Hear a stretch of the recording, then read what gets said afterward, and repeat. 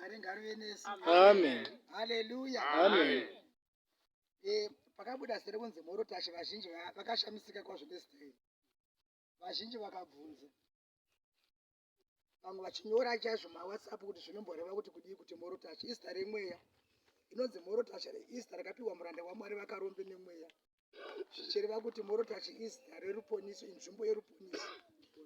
Mweya wakatsanangura chibva kuskyline uko kunzi muchaenda kuno kwamuchasvika, asi nzvimbo iyoyo muchaitumidza zita rinonzi morotashi.